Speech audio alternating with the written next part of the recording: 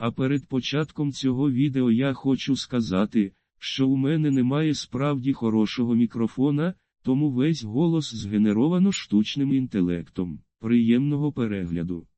День Сосії – державне свято Сосії, вихідний день, що відзначають 12 червня, у день прийняття Декларації про державний суверенітет Сосійської Совєтської Федеративної Соціалістичної Республіки у 1990 році. Цікавий факт. Україна в День Сосії 12 червня 2018 року подала проти Сосії позов до суду ООН. Сосію звинувачують у державному фінансуванні тероризму та порушенні прав українців і кримських татар у Криму. Матеріали доказів складаються з 29 томів і містять понад 17 500 сторінок свідчень, документів та інших доказів у справі. Загальна вага складає 90 кілограмів.